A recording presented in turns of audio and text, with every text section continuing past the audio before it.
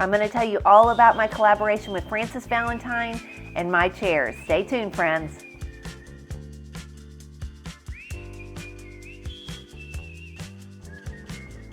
On today's episode, I'm going to tell you about how this collaboration with Frances Valentine and my chairs came to be. So this is a little bit behind the scenes look into how a collaboration begins.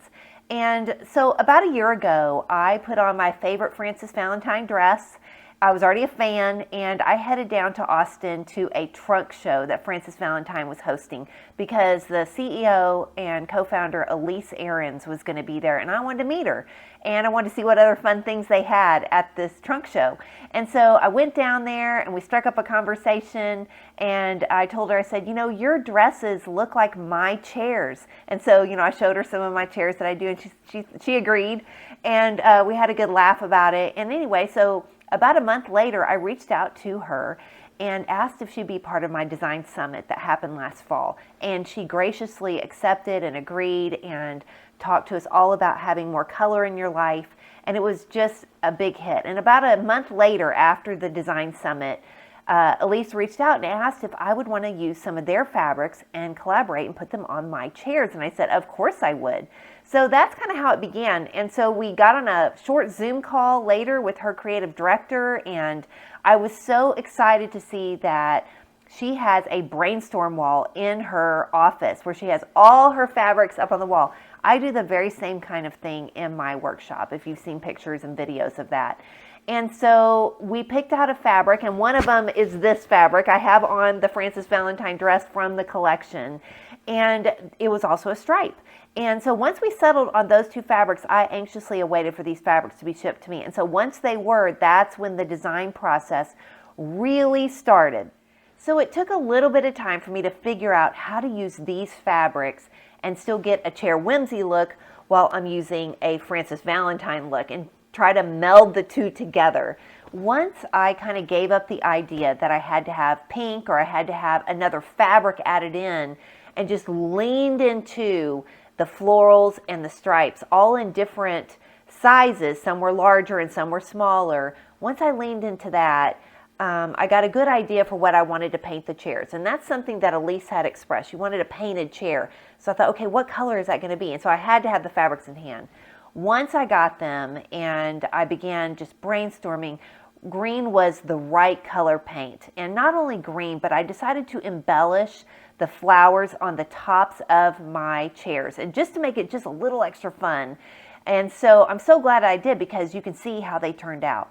Now, once I had this collection done, we got a runner from Frances Valentine, a couple runners. We had a tray sent to us that's a part of this product line that they're releasing, and napkins. And we booked a photo shoot down at this old mansion down the street, dates back from the late 1800s.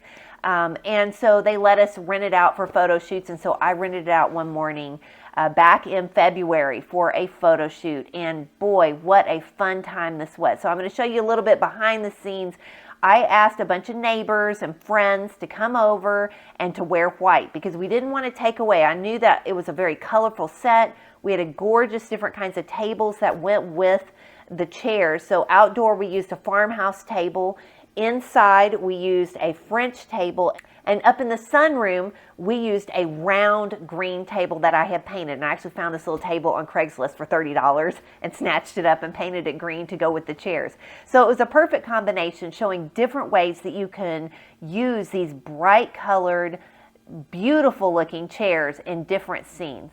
So my neighbors all came out in white, and we just kind of gathered around. Everyone helped. We set the tables. It was mass chaos. We had an hour and a half to be in and out of the mansion and get all our photos taken. And everyone was so wonderful. We all really had a good time. And we started with the outdoor pics first.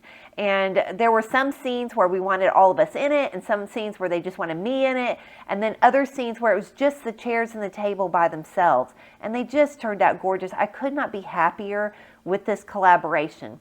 Now, as we moved inside and we shot in the dining room next, you'll see it's very classy. Everything is very white. There's no competing patterns or colors with these chairs. The table is even very neutral, this French table, and this one is actually the one from my dining room. We hauled everything down there. Yes, it was all in a U-Haul, and we unpacked and set it all up. And one thing I really loved about this dining room setting was the tablescape that we did. So we ended up using a lot of fruit, and some of them we cut open and we just laid there, and then others we had piled on top of each other. This is a really great idea for a tabletop scene if you're ever wanting to do something a little unusual and you're having people over, or maybe you're hosting a special meal for your family. Just buying a bunch of fruit from the store, cutting a few open, and piling them around some greenery.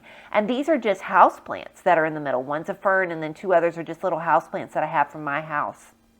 Now, as we moved up into the sunroom, this was one of my favorite spots. It has a black and white checkered floor. I could just live in this sunroom. Honestly, it's so beautiful. They had a couple ferns hanging in the background, but it's just a wall of windows to the outside lawn. And it's on the second floor, which makes it just extremely beautiful. You see the trees all around, and the chairs and the little round table in this room just create the perfect little breakfast nook. And so we staged the table to look like it was a breakfast time. And that's what I really loved about it. We got a croissant, we had a newspaper, and we just put some juice and some coffee on the table for people to enjoy. And we just set this little scene to be perfect for that. One thing you want to remember when you are styling a shoot is to make sure that you have different kinds of flowers for each scene that you're trying to create. So the outside flowers that we used were in round glass kind of bulbs, and I just simply cut like tulips and sunflowers and a little bit of greenery in all the different colors that you see even here in my dress, just to make it look beautiful and go with the chairs. Now, once we moved inside, we did the tablescape with the fruit.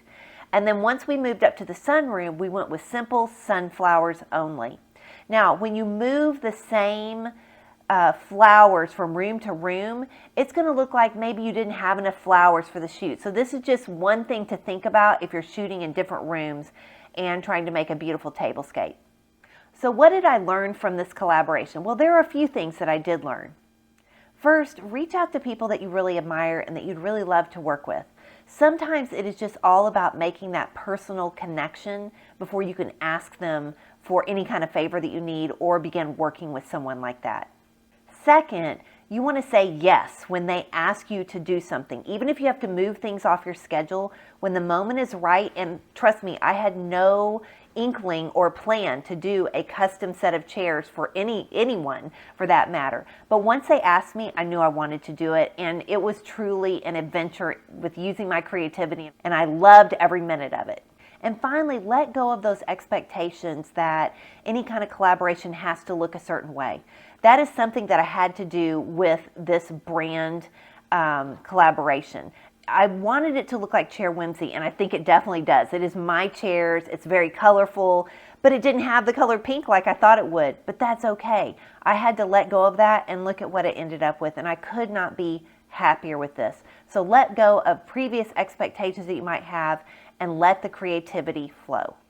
Well, friends, I hope you enjoyed this episode about my collaboration with Frances Valentine and how I created chairs with their products. You can check these chairs out. I'll have a link in the notes below. As always, if you love this episode, hit that like button, subscribe to my channel if you haven't, and let me know in the comments what you think about the chairs. Could you make them work in your house? I would love to hear about it. Until next week, bye friends.